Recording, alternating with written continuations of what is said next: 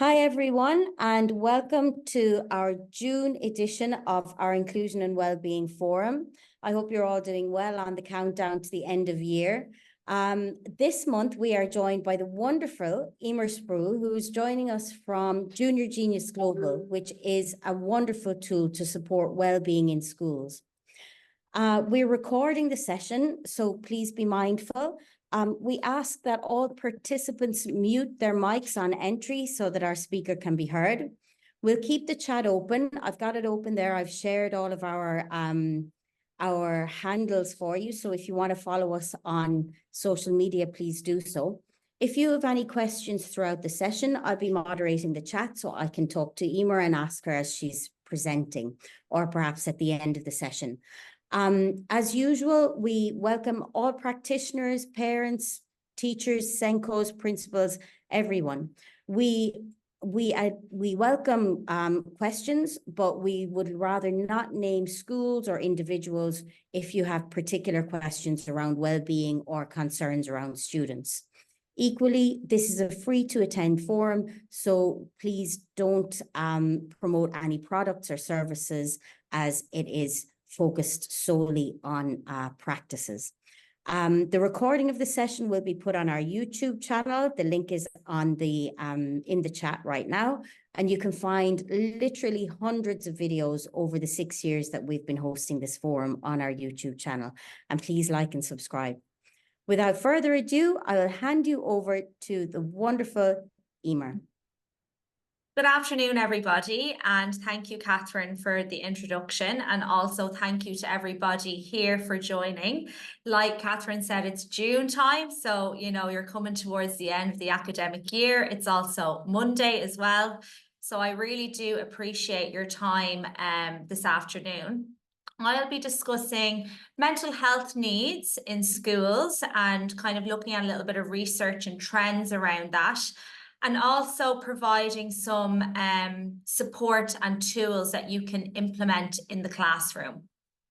So my name's Emer, and I am the Early Years Specialist at Junior Genius Global. So we're essentially a child wellbeing company who have a mission to support teachers and parents in creating healthier future generations. So teaching our young children the skills and routines they need to take care of their health and their well-being. So my background is education. I'm like many of you guys here in the call. I was a teacher. I was a leader in schools as well. And I just saw a real need to support well-being in schools. And it's something that, as teachers, we weren't necessarily given that support in when we were going through things like our PGCE and our bachelor degrees. But as the world keeps changing and the needs of our children keep changing, we also need to keep upskilling ourselves in understanding what's going on with our young people today. So while I do miss working with children, I absolutely love what I do in supporting schools and supporting educators. So we're going to look at mental health trends. I also have a really interesting tool for you to use, which is a mental health continuum. And then we're going to have some tools that will support you as well with your classroom practice.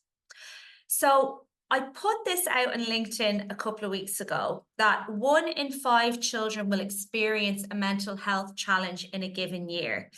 And I asked, was that high? Did people think it was too low? And I think most people were quite shocked at that statistic. And it does seem quite high when you think of the class of children that you're teaching, how many within that room might be experiencing a mental health challenge. Only 20% of those children will receive support from a mental health professional. And where are those children spending the majority of their time? They're spending it with teachers. They're spending it with you. So the responsibility is now shifting, that it's now becoming the responsibility of schools and educators to start understanding mental health and start thinking of ways that they can support children's mental health. So some of the things that children are experiencing: anxiety, depression, sleep disorders, ADHD, behavioral challenges, developmental delays.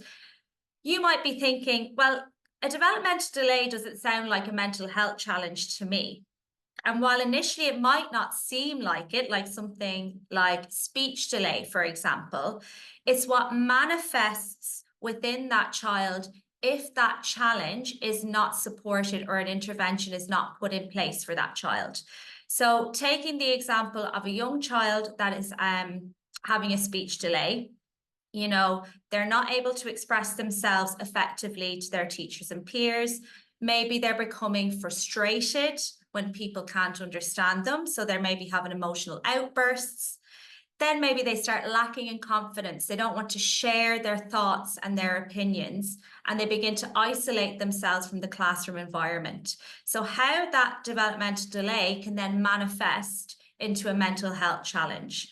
Not only is it what they're experiencing now, it's what they're also at risk of if that mental health challenge continues to manifest. So they're at risk of long-term health problems as well, from making friends, trouble learning in school, type 2 diabetes, asthma, obesity, and heart disorders as well. So while we think of the now and what's happening, we also are looking at the long-term risks if we don't try and support that child.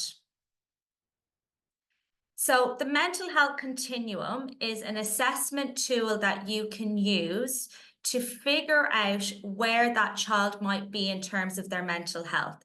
And this is something that I came across when I was doing my mental health first aid course.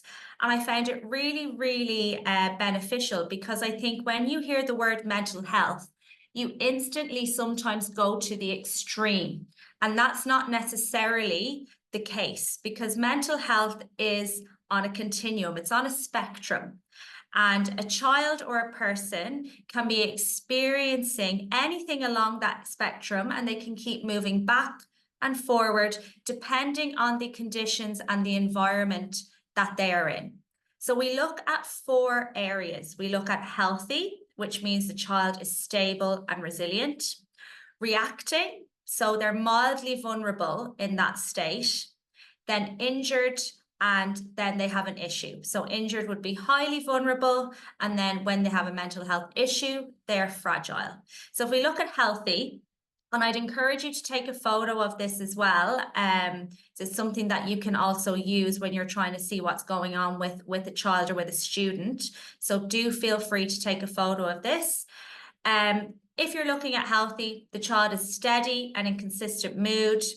Their emotions are balanced. They've normal sleep patterns. They're cheerful. Their social interactions are positive. They're able to maintain those relationships with others, and they've got good self-care routines. So their sleep is good, they're eating well, their general health is really good. If they're mildly vulnerable and they're reacting, they may have some visual stress or be struggling with an unexpected incident. So an easy example is the loss of a loved one. And, you know, it's something that has happened. It's an unexpected incident that is causing that person or that child some form of distress. Their mood might fluctuate. They have some maybe anxiety, maybe they're a little bit irritable, and there's mild changes in their behavior with some drop in their social and physical and academic performance. Where if we move towards injured, they're in that prolonged feeling of distress and they're not able to cope with that. They've frequent and strong changes in their moods and behaviors, and there's a visible impact on their daily functioning with a decline in their school performance, or maybe they have just a general disinterest in school now, and social and relationships and interactions are damaged. Where if we're moving to the mental health issue, they've got consistent mood and behavioral difficulties, they're unable to manage themselves, and there's big changes in things like their appetite, their energy, and there's a big decline in their academic performance. So you can use this continuum as a support tool to help you evaluate, monitor, and then implement specific support systems, conditions, or interventions as you may need to. What I would say is we are not qualified to to diagnose a child through this continuum, but it's going to help us decide on what level of support we need to provide to that student. And always, always, always follow the correct lines of communication in your school. So if you are concerned and you think, you know, a child is maybe injured or experiencing a mental health issue, follow those policies within your school and what that looks like. So if it's reaching out to your school counsellor, your line manager, follow those correct lines. And even if you're kind of maybe in between reacting or injured, it's always best if you're unsure to reach out to people for support. So some of the common behaviors we might see are, easy one is lack of emotional regulation and emotional outbursts. Particularly if you work with young children, it's something that we see every day. Changes in mood, behavior, personality, self-harm, which doesn't necessarily need to mean the extreme of what we think it might mean. It could be biting their nails right down until it starts to bleed, could be hitting their head off a wall or off something, isolating themselves, trouble sleeping, changes in eating, defiance, so not being able to follow instructions or saying, no, I'm not doing it, or getting stomach aches and headaches often. So these are some of the behaviors that we're seeing in schools and things that we can be aware of when we're trying to figure out what's happening with a child. So when we go in to talk about strategies for classroom support, when I speak to schools, a big number one topic that comes up for many wellbeing coordinators, for me, when I speak to them, is teenagers. That schools are struggling with their teenagers.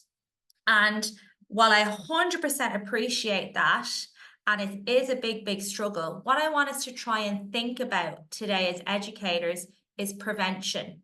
And prevention is always better than cure. So a couple of quotes for you from some people, Albert Einstein, Benjamin Franklin, Bill Gates. Intellectuals solve problems, but geniuses prevent them. An ounce of prevention is worth a pound of cure. And treatment without prevention is simply unsustainable. And in terms of prevention around the world, you know, in terms of health, I think we're making strides in things like obesity and preventing things like heart disorders, and how we've kind of changed our lifestyle around those kind of health issues. We're still so backwards in terms of our mental health and prevention. I think for a lot of people, mental health really came to the forefront in COVID times. And we're in a unique position that as educators, we can look at trying to support children with the necessary skills and practices they need to learn to take care of their emotional, physical, and mental well-being, that if a challenge does arise, they already have those tools and those practices, that they're a part of their life, they're a part of what they do, that they're resilient and they have those tools they need to use when those challenges arise. So trying to reshift the narrative a little bit that yes, we want to support our teenagers, but let's look at what we're doing with those younger learners, that when they become that teenager and it's exam time, or when they leave school and they go to university, they get their first job. Let's give them those tools from a young age that they have to take them through for the rest of their life. So one tool, one strategy, social and emotional learning. And this will support skills such as problem solving, self-regulation, empathy. It also reduces bullying, it improves learning outcomes, and it can create a positive classroom environment. So something that I love to help schools with is daily emotion check-ins and validating students' emotions and how they're feeling. So gone are the days when I was being raised that, you know, if I was feeling a little bit upset, it was, you're fine, stop worrying about it, you're grand, get on with it. Those days have kind of moved on now, and we need children and students to feel heard. It's okay to feel sad. It's okay to feel angry. You know, these emotions are completely normal, and emotions are like the mental health continuum. You're going on a wave of them every day. None of us here on this Zoom call today feel happy all day, every day. We go through a range of emotions. We might feel happy. We might feel a bit tired in the morning when we wake up and we have our coffee and we feel better. Then we jump in the car and the traffic annoys us. So we're a bit annoyed getting into school. Then we meet with our teachers and our peers and we feel a bit better. And then a child might frustrate us, or we're a little bit annoyed about something. You know, we feel a range of emotions every day, and as do children. So just validating that emotion and letting children feel heard. Let them feel that they are listened to when they're feeling a certain way, and checking in with them on a daily basis. So something that we like to use is the emotions road, and we like it as a visual because it's that idea of moving up and down the road depending on how you're feeling. And it just creates a dialogue between the student and the teacher of how they are feeling that day. So for our younger children, it's going to develop language around emotions. They're going to be able to name them and identify them. And then as the children get older, it's creating that connection and that teacher-student relationship where they feel more comfortable in opening up to you with how they're feeling, to then you be able to provide solutions and support them with whatever way they're feeling as well. Gratitude. So there's studies around gratitude that people who practice gratitude report higher psychological benefits. So something it's like I like to do it myself. I actually have a little note on my phone and I just write down 2 things every day that I'm grateful for. And I can promise you, no matter how bad my day is, I can always find 2 things that I'm grateful for, and it shifts my mindset instantly. It shifts my mindset instantly, that I start to think in a more positive mindset as opposed to a negative one. So a gratitude rock is something that I've done with students before and that we like to do in Junior Genius Global. And I've brought the children out on a hunt and they find a rock and they paint it, and then that's their gratitude rock, and it gives them a point of focus to share something that they're grateful for. Younger children, it always is things like, I'm grateful for my friends, I'm grateful for my toys, I'm grateful that I can play. But as we get older, we start to think about, you know, I'm really grateful for the sunshine because my parents back in Ireland are constantly giving out about the rain and the terrible weather. You know, I'm grateful for that Cafu can come to my house and I don't have to queue up at the petrol station. You know, so it will develop from younger children up to teenagers and into adulthood. It develops through, and it gets people thinking about what makes me happy. What am I grateful for? What are the good things that are happening in my life? So I'm focusing on that as opposed to focusing on the things that don't serve me. So gratitude rock, another great way to introduce gratitude into your classroom is a jar. Get a jar. Design it any way you like, glitter, lovely, gratitude written all over it, whatever way you like. You can have the children draw or simply write something that they're grateful for every day, and they can pop it into the gratitude jar. It takes 2-3 minutes. Draw, write something, pop it into the jar. If a child wants to remain anonymous, they don't need to write their name on it. If they don't want to remain anonymous, they can write their name on it, and then you can take it out and share something from the gratitude jar at different times of the day. So it's just a nice way to kind of introduce positive mindset, get children and students thinking, you know, what am I grateful for? What makes me happy? What are the positives that's happening in my life?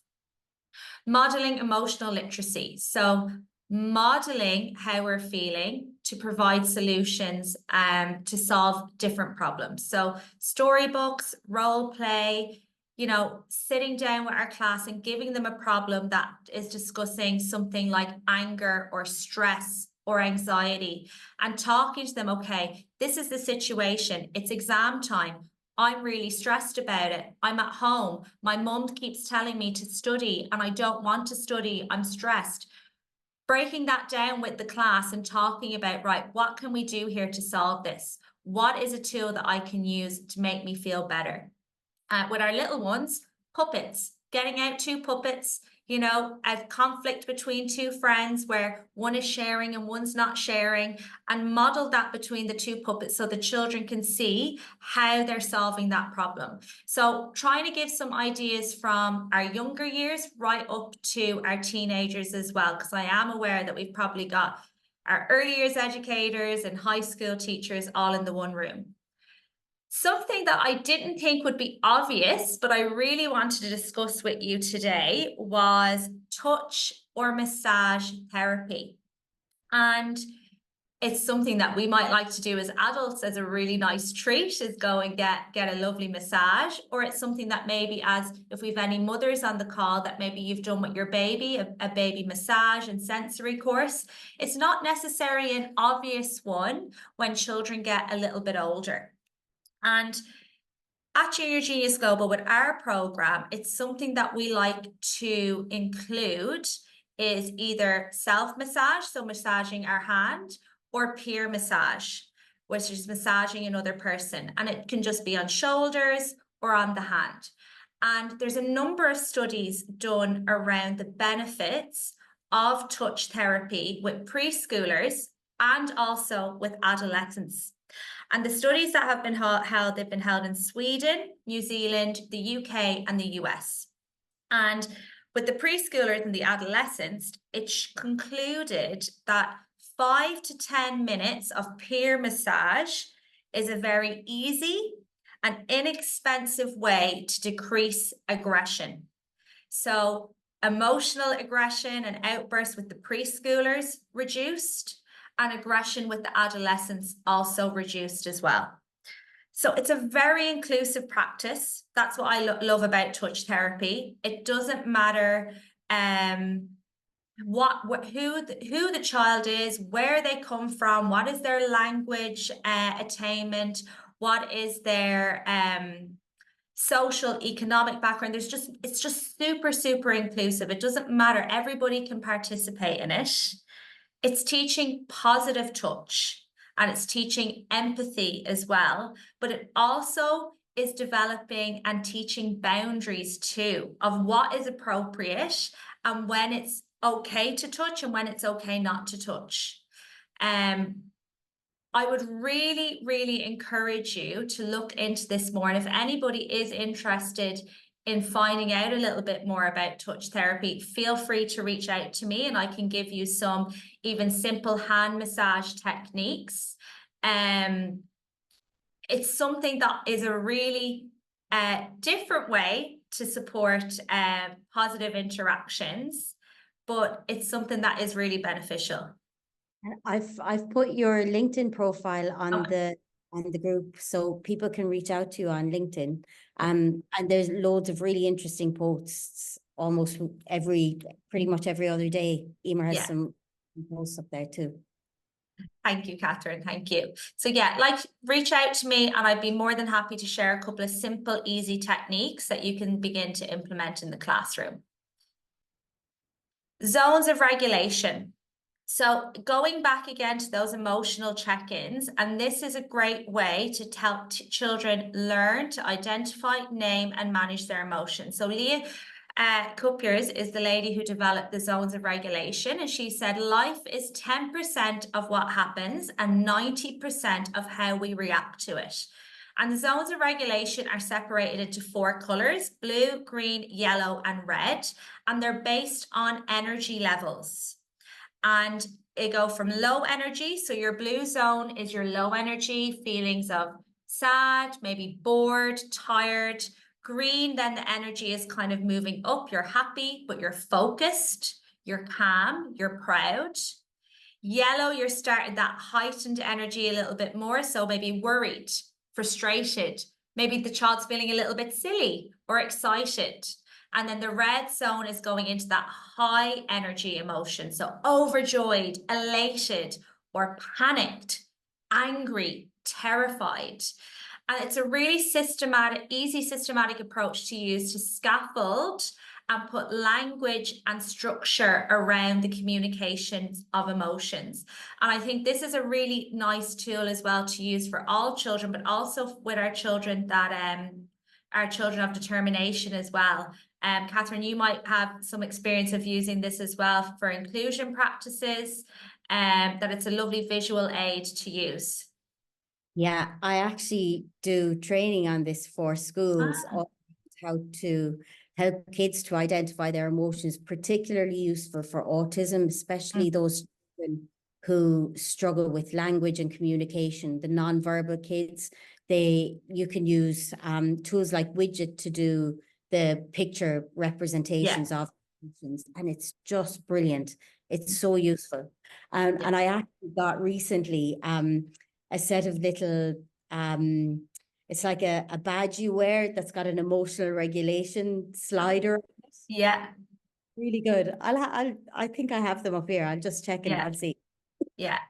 And it's all about putting something visual for the children to be able to use to discuss how they're feeling, and just put language on it. It just makes it so much easier for them to be able to express themselves.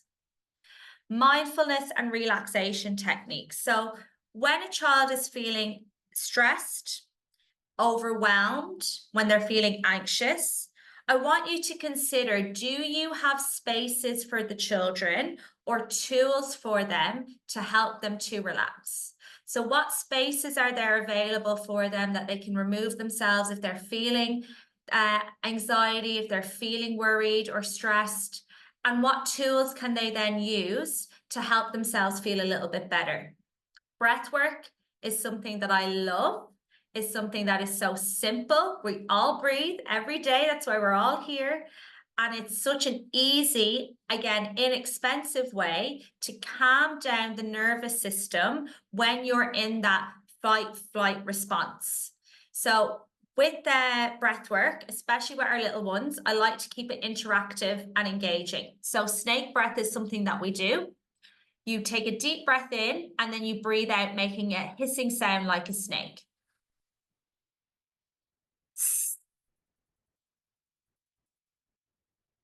So it makes it fun for children and engaging for them. There's also a song that goes along with snake breath, so I will sing it for you. If you see a wiggly snake, breathe with me. If you see a wiggly snake, breathe with me. So it's making it engaging for the children. It's also ensuring all types of learners are supported, whether they're visual, audio, hands-on learners. We're ensuring that we're catering to all of their needs. High five breath is another one that we do. So you have your high five and you breathe in as you move up your finger and you breathe out as you move down. So you're using the index finger of the opposite hand.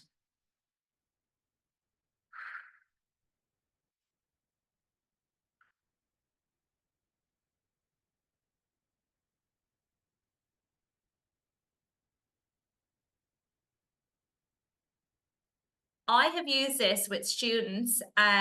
One child comes to mind every time that I explain this. She was in grade 2 and it was something that we always did in the morning or before we were doing maybe a writing task or something that needed them to be calm and focused.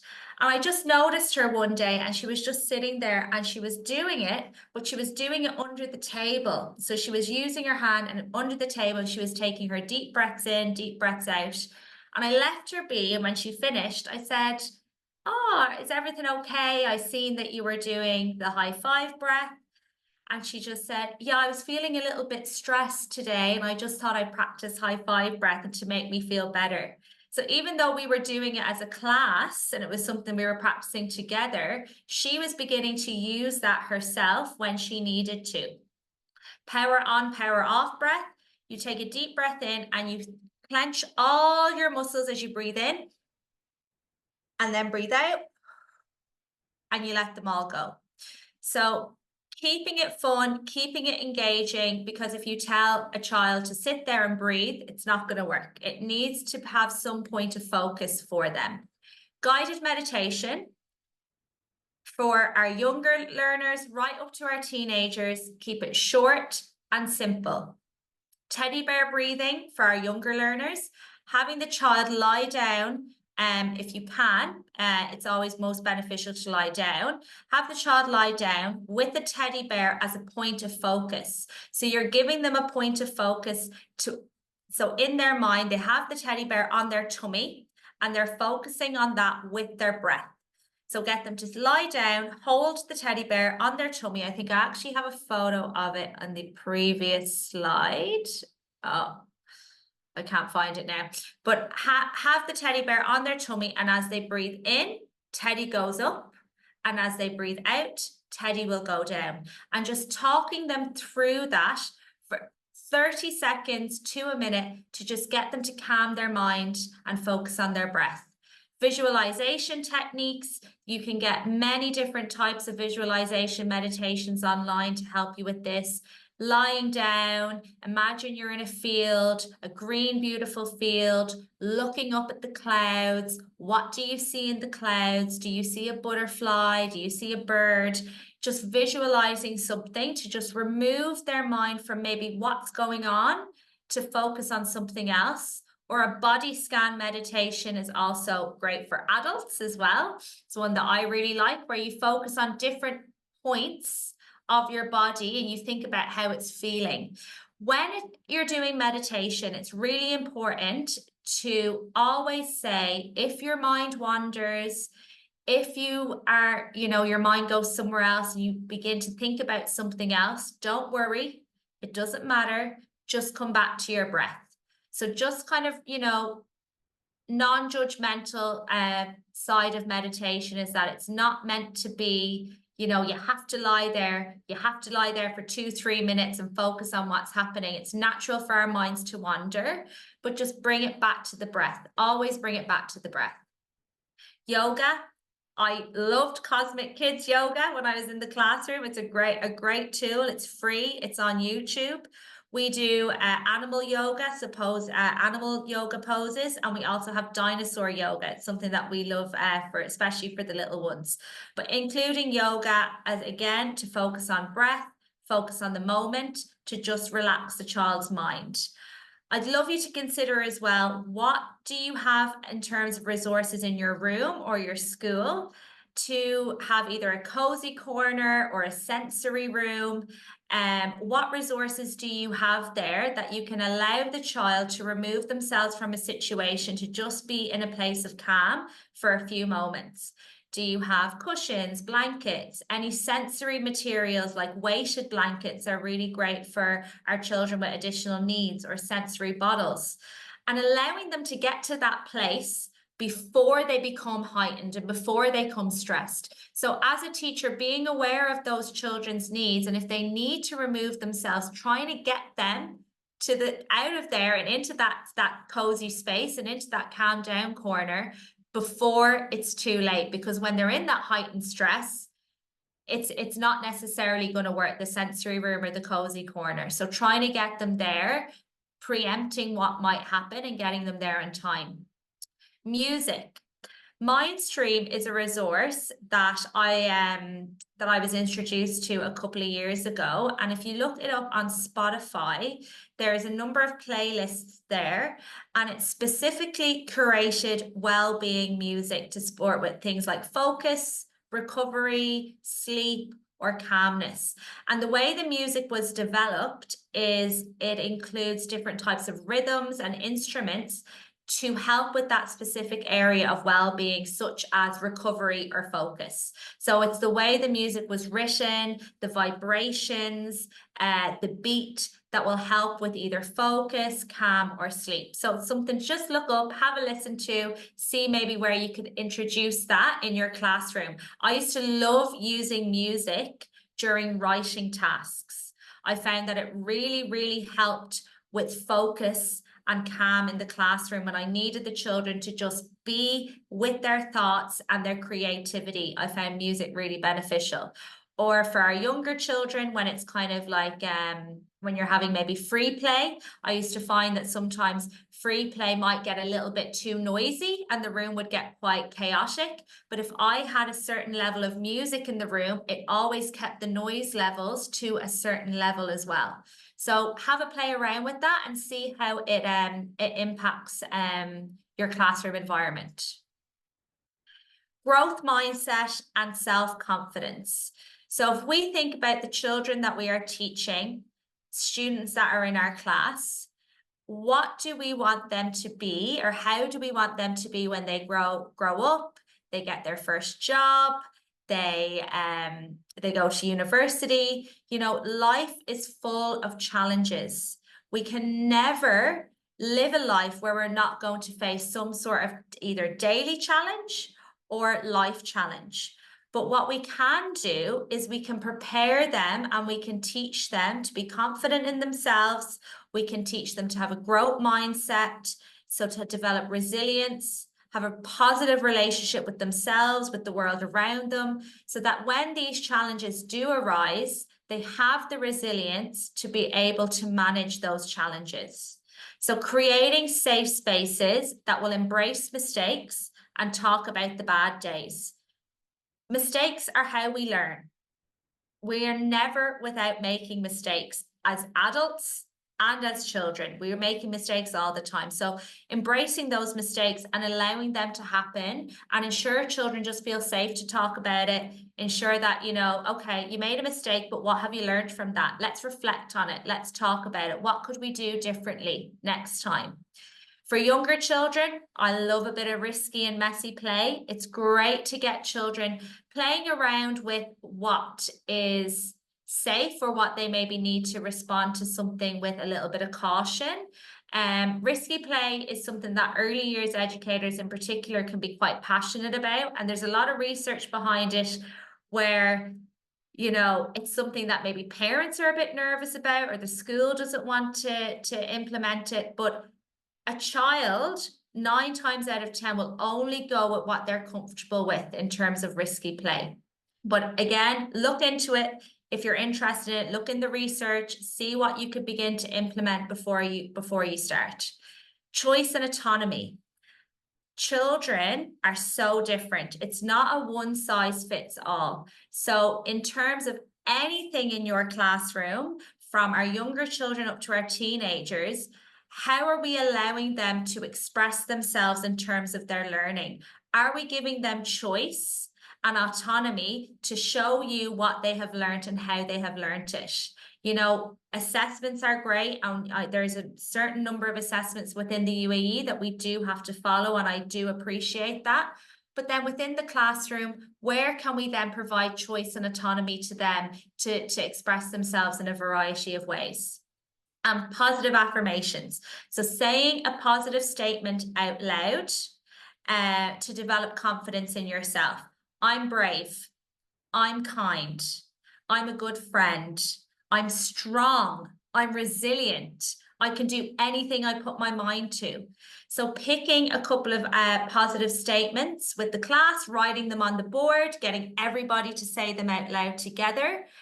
Really, really powerful, saying them in a mirror. So if you find there's a child that might lack a little bit of confidence, you could do an intervention with them and practice positive affirmations in a mirror with them. So removing them just to work with you one-to-one and giving them that space to explore saying something positive about themselves in a safe place while looking in the mirror.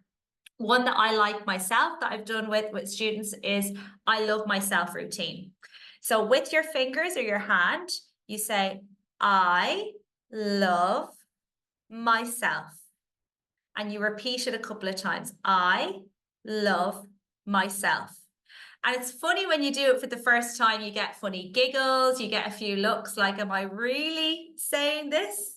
But as you do get into that routine of saying positive affirmations, the children and students do say, yeah, you know what? I am strong and I do love myself.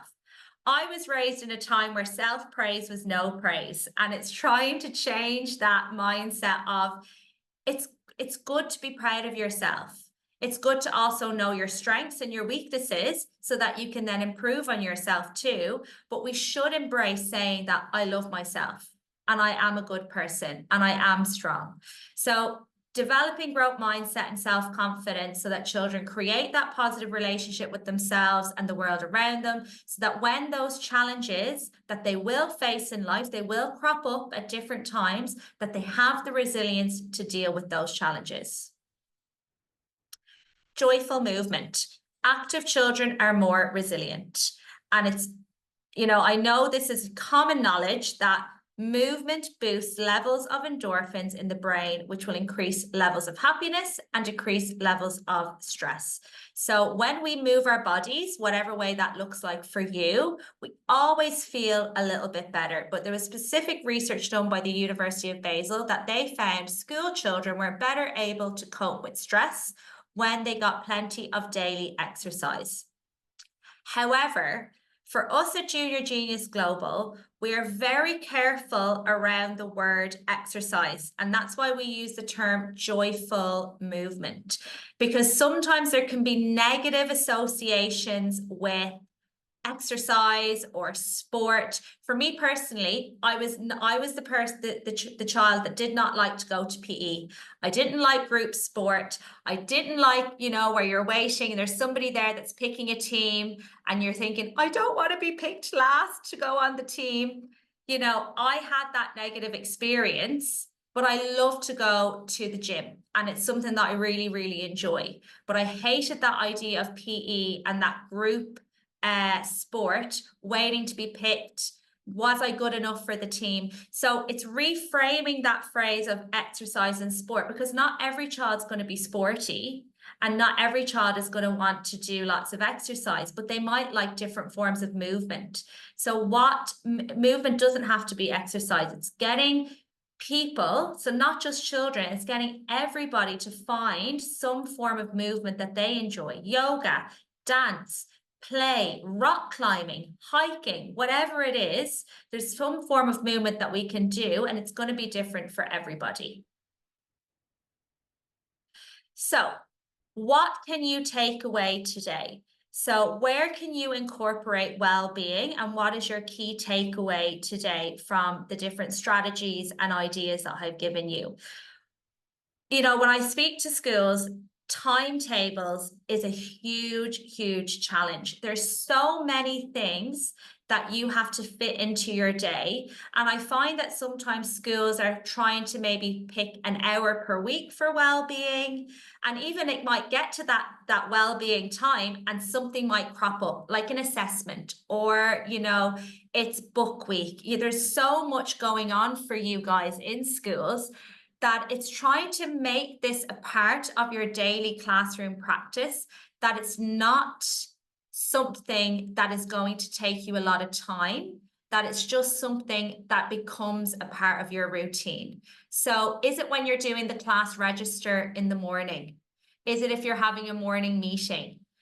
Maybe the children are coming back into the classroom after a specialist, so after music or language.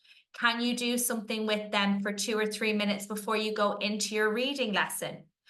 Outdoor play, which they're probably not going outside at the moment because it's so hot. Is there something, can you do it now that they're not going outside to help with, you know, getting them to remain focused and calm, especially when they're not getting that time to play outside? Do you have maybe a couple of students in mind that you're thinking, you know, there's 1 or 2 strategies that I think I could implement with them one-on-one? Or are you going to create something in your room like a well-being center with a calm down corner? So just have a think, what would you like to take away from today? And what would you like to implement? And just pick that one thing and try and get it as part of your daily classroom practice and your daily routine. And it will become a lot easier than trying to plan that 1 hour well-being session every week.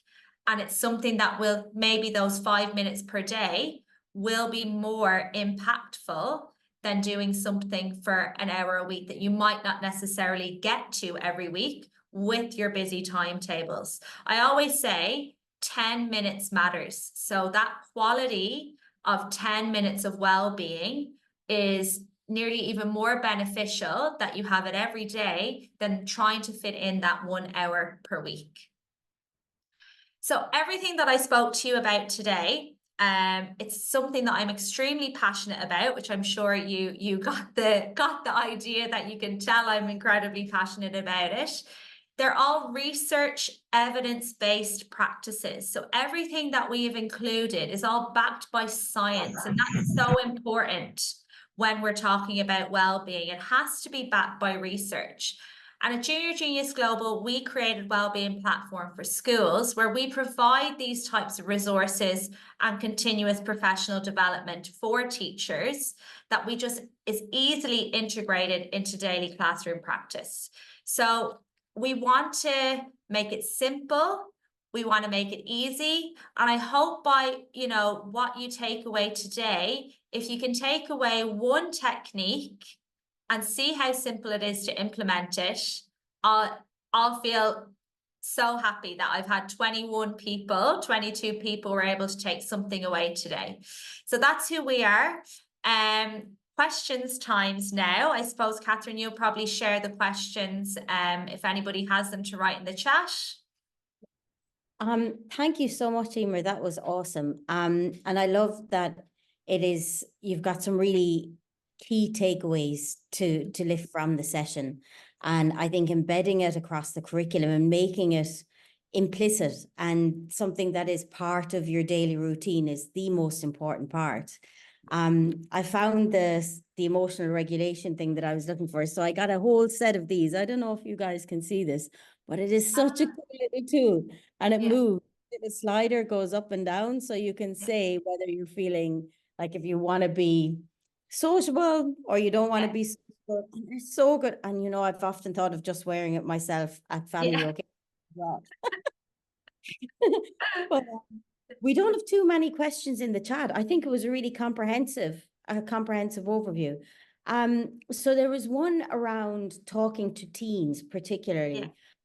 I know working with schools, particularly around inclusion, we have a lot of teachers who are really quite scared to address teens because we know the hidden issues with well-being, particularly self-harm, which you mentioned a little earlier. But we're seeing it more and more on the rise, particularly with middle school girls. So Shamila was asking, and we have no name on the second device, but saying, how could we conduct emotional checks with teens, or what kind of tools could we offer to teens to make it more approachable with practitioners? Yeah, and the teens, like I said, it is something that keeps cropping up every single time that I speak to teachers and speak to wellbeing coordinators. And I think it always goes back to developing that relationship with teens. They need they need to be able to trust you. Before they're going to open up, there needs to be that trust developed. So, creating that safe space around, emotions and making it a part of your school policies and conversations within the school, whether it's assemblies, whether it's homeroom time, really educating those teenagers about those key areas that the school is concerned about, and just creating those safe spaces for them to then, if it is happening, be able to talk about it. Is it looking at the wellbeing surveys and putting out those surveys? Although when I speak to schools, what I find is they say the teenagers spoof their way through the surveys. So they're not actually representing how they're really feeling. Do you put a box where the teenagers can pop in something that they want to share with you, but maybe they don't feel safe enough to come and talk to you face to face, but they want to let you know what's going on? Do you have a box in a room that you can then lock every day in your office that nobody can get to? It's just trying to put things in place where they can share when they are ready to, but it goes back to creating that school culture around it. And I think sometimes, particularly in the UAE, we have to be quite careful with how we tackle some of these areas like self-harm. But it's something we do still have to talk about, but be aware of obviously being culturally sensitive. So I'd always go back to your assemblies, homeroom time, making school that safe place that it's okay to talk about how we're feeling. Super. And Vaishnavi, you've got your hand up. Do you have a question for us? Good evening, ma'am. It was a very informative section. Thank you for that. I'm working with a student who is studying in KG2. She was stubborn. She was sitting near to the teachers, taking teachers' things, laptop, pen drive, then all the markers and all. She's playing with that. If I give positive reinforcement, then I will tell her to, I will give you surprise. Please come from there. Don't touch. But she's not moving. I will try to move her. She started crying loudly like that. Can I get any solution how I can treat her? A child like that, I would nearly be giving her some sort of special job. I'd be giving her a special role in the classroom. So whether, you get her to help you by passing out some pieces of paper, or get her to help you with setting up the classroom or something like that. Give her a little bit of responsibility in the classroom that makes her feel proud. Okay. In these cases, I do get them. What about the other children? This child in particular needs a little bit support from you. And I think she's looking for a little bit of attention from you as a teacher. She needs that connection. So let's switch she's doing it in a negative way. She's acting up to get that attention from you. So let's switch it by giving her a little bit of responsibility and then giving her the praise. So, I gave like that, ma'am. I gave papers, pencils also, but she's not moving from there. I don't know why she's not moving from the place. Then she's holding one teddy bear, then playing with that place only. Yeah. Also, can you set up her desk beside you? Is that okay? If that's what she needs, is it impacting the classroom environment that much by moving her to be elsewhere? I think sometimes as teachers, we need to sometimes just pick our battles. And if she's working at that space, I would let her work at that space, consider that too. Yeah. Yeah. Thank you so much, ma'am. Okay. All right, everyone. Well, thank you so much, Emer. It was a really informative session. We will post the recording over the next couple of days. Once I get a little time, I'll edit it and get it up on our YouTube channel. I've put Emer's LinkedIn and I've put all of our handles on the chat. So please do check out, follow Emer for daily, weekly updates on supporting well-being and really amazing tips for teachers. And we will have our next forum all the way in August. On the 10th of June, we are hosting a parents forum for any mums, mums only this time, for people who have been diagnosed with individual needs. So mums of people of determination. We're welcoming 2 outstanding speakers to come join us and talk about their journey on their path through that diagnosis and through to celebration and success, because both of them have really, really outstanding kids who have faced really significant challenges. So we'll share that on LinkedIn also. And I hope everyone has a great summer. And we look forward to welcoming you all back in August when we come back for the Inclusion and Wellbeing Forum. Thanks, everyone. And thank you, Emer. Thank you, everybody. You're nearly there. It's nearly the summertime. So stay with it and then enjoy that summer break. Thank you. Thanks, guys. Thank you.